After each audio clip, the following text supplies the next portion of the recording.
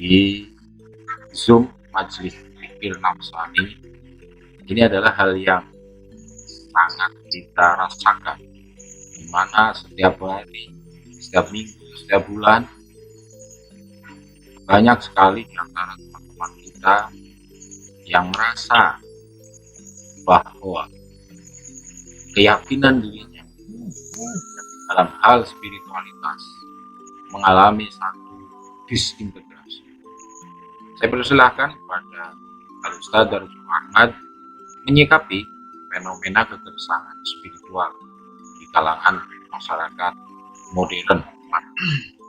Assalamualaikum warahmatullahi wabarakatuh. Waalaikumsalam.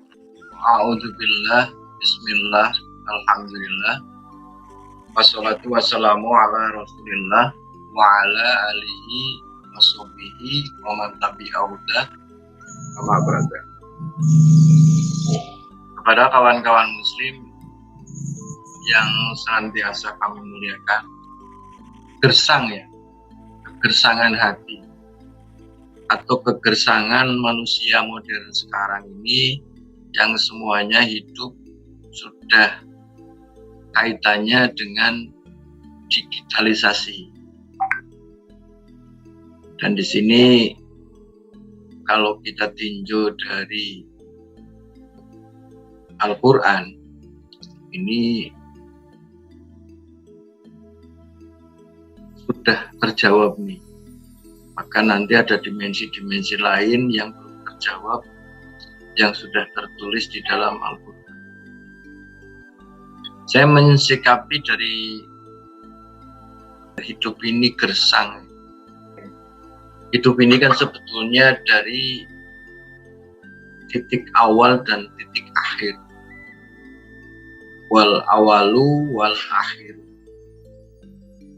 Dan hidup ini bukan dari nol tapi dari titik. Makanya di dalam riwayat seorang kenal, yakni Sunan Kalijogo yang 500 tahun yang lalu hidup sampai sekarang namanya masih hidup. Itu mencari guru tentang titik yang ada di dalam baknya bismillah. Nah, dengan bahasa bismillah yang jumlahnya ada, ini kita sebagai manusia dengan bahasa bismillah ini kita mengukuhkan bahwa kita punya Tuhan yang kita sebut bagi Tuhan kita alif lam lam, yakni lafal Allah. Lafal Allah ini sebagai nama, walaupun kita sebagai orang yang kalau pengen tidak gersang, ya harus mencari di balik lafal Allah. Jadi lafal Allah ini atau Tuhan ini adalah sebagai kekuatan, sebagai yang maha dahsyat. Nah, kalau kita lihat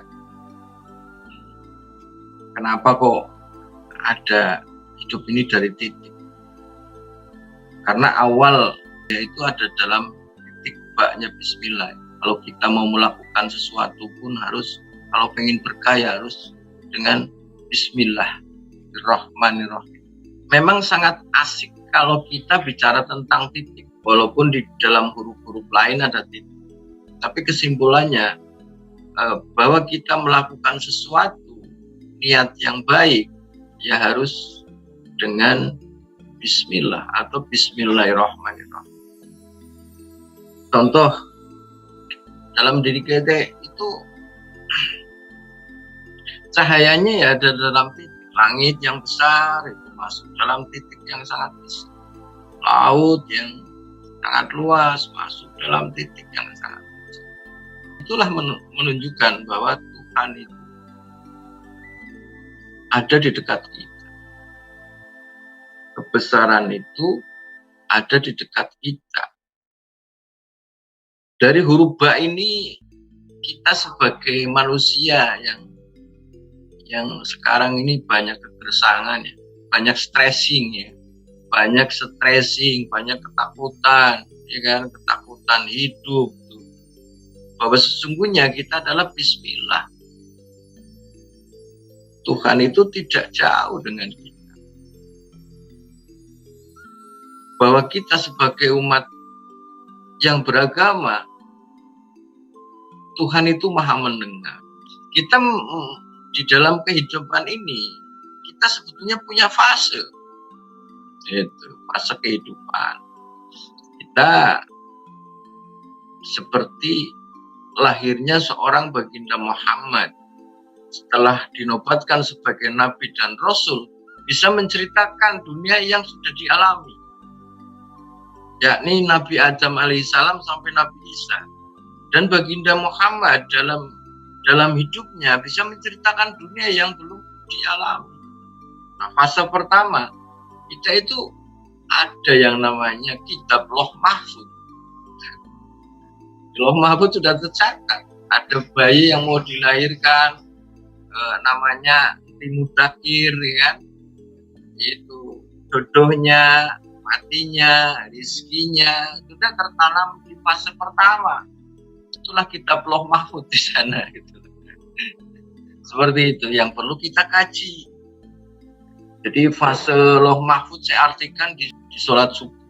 Dan fase kedua saya artikan di sholat duhur, yakni di dalam kandungan seorang ibu.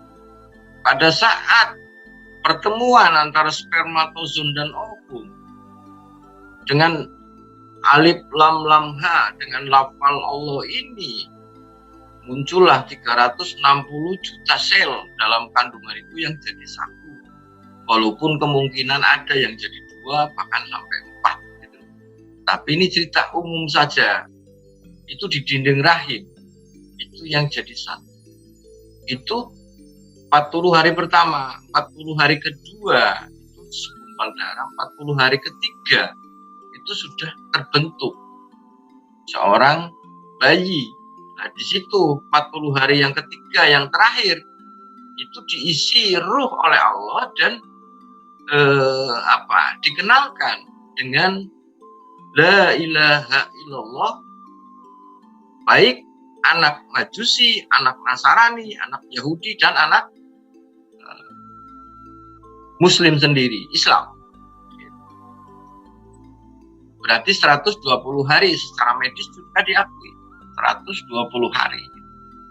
Gitu. Dan untuk fase yang ketiga, ini alam dunia, alam asar. Pada saat kita di kandungan, ya kita betah. Mau dikeluarkan di dunia juga mungkin nggak mau kan. Kalau bayi yang sehat itu nangis gitu. Itu kata Pak Haji Intik juga menangis tuh kalau yang bayi yang sehat. Gitu. Jadi itu betapa beratnya menjalani kehidupan yang mendatang. Ya harus dengan ingat la ilaha illallah. Itu. Fase yang keempat, ini setelah kita di alam asar, alam dunia ini, ya kita harus hati-hati. Kenapa kita mencari judul kegersangan virtualitas manusia modern? Ini karena sudah jauh dengan la ilaha. Kita harus mendekatkan diri, meningkat kepada fase yang keempat. Ini adalah alam barzah, alam kubur. Makanya di situ jelas bahwa hidup ini kita butuh Tuhan.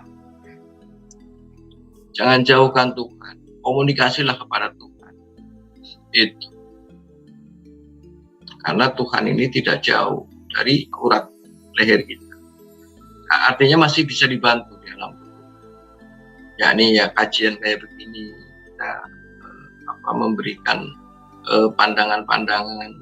Kita nggak usah takut memberi pandangan kepada orang lain gitu.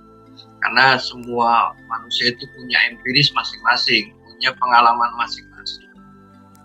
Ini fase yang keempat ya di alam kubur. Nanti kita akan mengalami fase yang kelima, ya, yakni isya.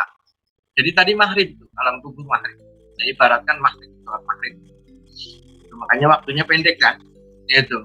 Alam barzah itu masih bisa dibantu anak yang soleh, ilmu yang bermanfaat, kan, termasuk amal jariah kita. Itu. Untuk fase kelima, yakni akhirat, itu alam isya. Barometernya kalau kita di dunia banyak amal, ya kan, banyak amal atau banyak berbuat baik kepada manusia, itu akan sebagai barometernya ada di alam barzah ini. Kalau alam barzah ini banyak kenikmatan, banyak anugerah dari Allah, ya akan selamatlah nanti di alam akhirat. Kalau alam akhirat itu ya individu masing-masing, istri, anak, dan sembantu. Itu hanya amal kita. Di Al-Baqarah ayat ketiga. Bismillahirrahmanirrahim. Alladzina yu'minuna bil ghaib wa yuqimuna sholata wa mimma razaqnahum yunfiqun. Nah, di situ tuh orang yang beriman itu harus yakin dengan adanya ghaib.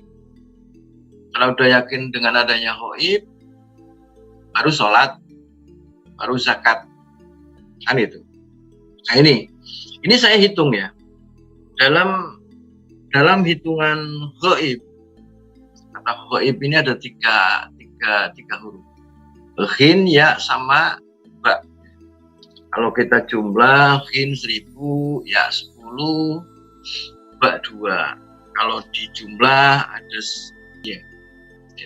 Walaupun angka sama ini, angka Arabi, angka apa namanya? Angka yang biasa pun sama. Angka Ibrani juga sama. Itu walaupun angka Ibrani itu lebih banyak nama bukan bilangan nama. Itu ada 1012. Ini angka pertama ini kan satu. Nah, angka yang kedua adalah itu ilmu ikhlas. Itu ikhlas. Angka yang satu yang kedua bahwa Tuhan itu satu. Angka yang kedua, kalau kita dekat kepada Allah, ya, kalau kita dekat kepada Tuhan, maka akan ada bentuk rizqul asbah maupun rizqul arwah. Nggak usah takut. Sudah, kita sebagai wayang, yang penting kita berbuat baik dengan la ilaha illallah dan disertakan dengan Muhammadur Rasul. Kita pegang aja itu. itu kalau ghaib. Nah, di situ ada sholat, ya, sholat. Nah, sholat ini hurufnya juga ada shod, ada lam, ada wawu, ada tak. Tapi di situ taknya marbuto. Kalau hitungan tak marbuto itu 5. Gitu. Jadi jumlahnya ada 131 sholat. Apa itu satu? Ya kita. Ini kita nih. Kita Allahu Akbar. Kita sebagai hamba Allah. Kenapa di tengah-tengah itu ada angka 3? Angka 3 itu sebetulnya angka keyakinan. Jadi kalau kita sholat, ya harus yakin bahwa kita menghadap satu. Berarti pertama adalah saya sebagai hamba Allah atau panjenengan, saya sebagai hamba Allah, sebagai ciptaan Allah. Di Allahu Akbar. Ini kita betul-betul yakin. Kita betul-betul yakin, harus konsentrasi, yakin bahwa Allah itu tidak jauh, tunggal, esa. Itu. Jadi kita harus yakin, jangan ragu-ragu, karena yakin itu sebagian dari iman. iman kepada kitab-kitab, ya, iman kepada, belum cerita malaikat, ya, belum cerita malaikat. Nanti mungkin kedepannya banyaklah yang kita kaji. Sebetulnya saya udah ngitung di ayat 3 itu ada 46 ya, huruf. Tapi ada warna hurufnya mungkin ini terlalu dan mudah-mudahan bermanfaat. Di dalam di surat Al-Ankabut ya 45 ya. Inna sholata tanha 'anil fahsya'i wal munkar. Itu bahwa sholat itu mencegah perbuatan keji dan mungkar. Sebetulnya yang namanya sholat itu kan ada syariat, thariqat, hakikat, dan ma'rifah. Artinya syariat ini undang-undang. Kalau kita mau sholat harus bersuci, harus berwudu. Praktek dalam wudu itu namanya thariqah. Nah, itu harus baca takbir, Fatihah, sholawat, tahiyat.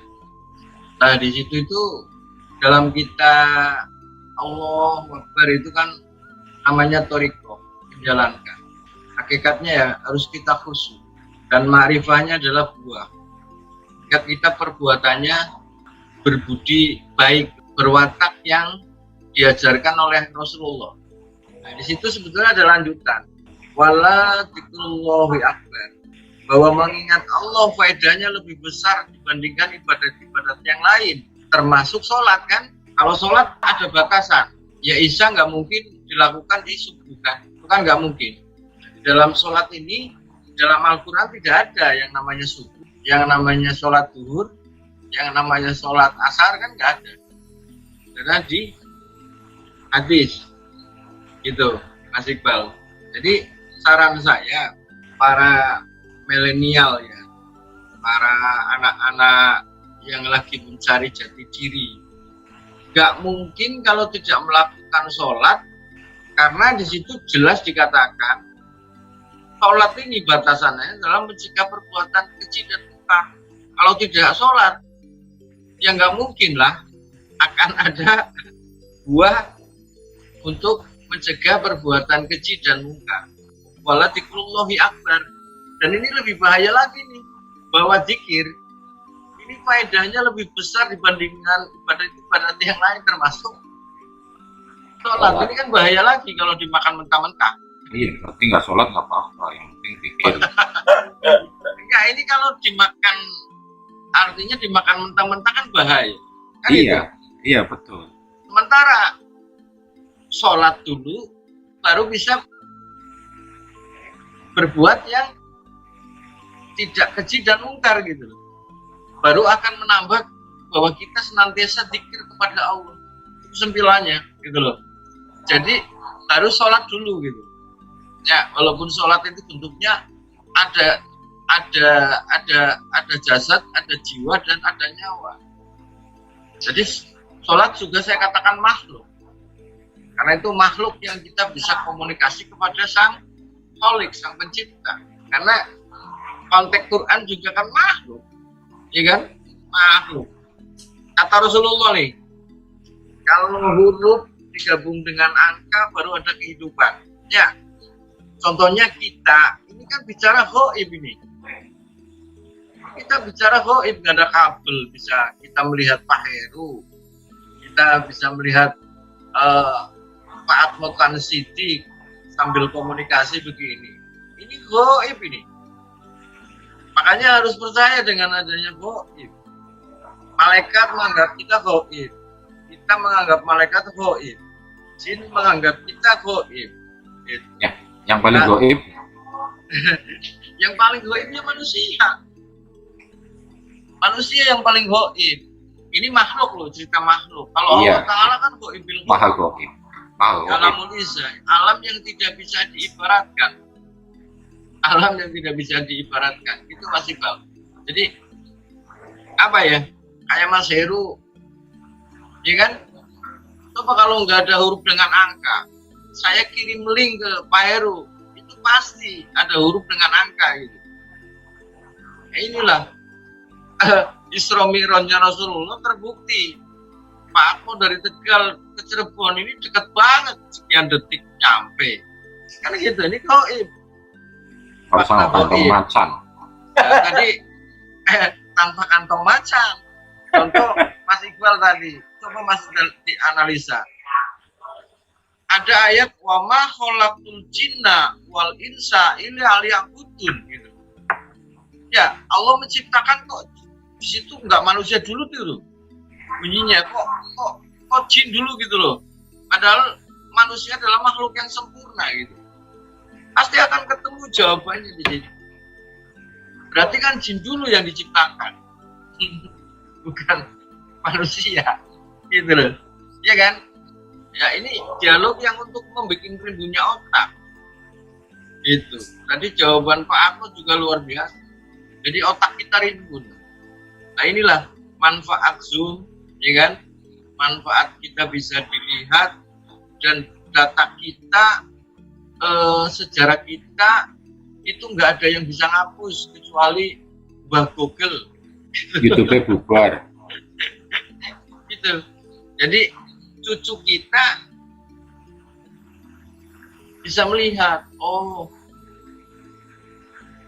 Mas Iqbal tuh tahun sekian gitu ya kan. Itu bisa terlihat jejak digitalnya. Pak Heru bisa dilihat jejak digitalnya. Itu ya. Ya kesimpulannya itu aja. Mas Iqbal mudah-mudahan Zoom Majelis Dzikir Nafsani atau MDN sangat bermanfaat buat untuk kajian ilmiah, amaliyah dan ghaibiyah. Itu aja Pak.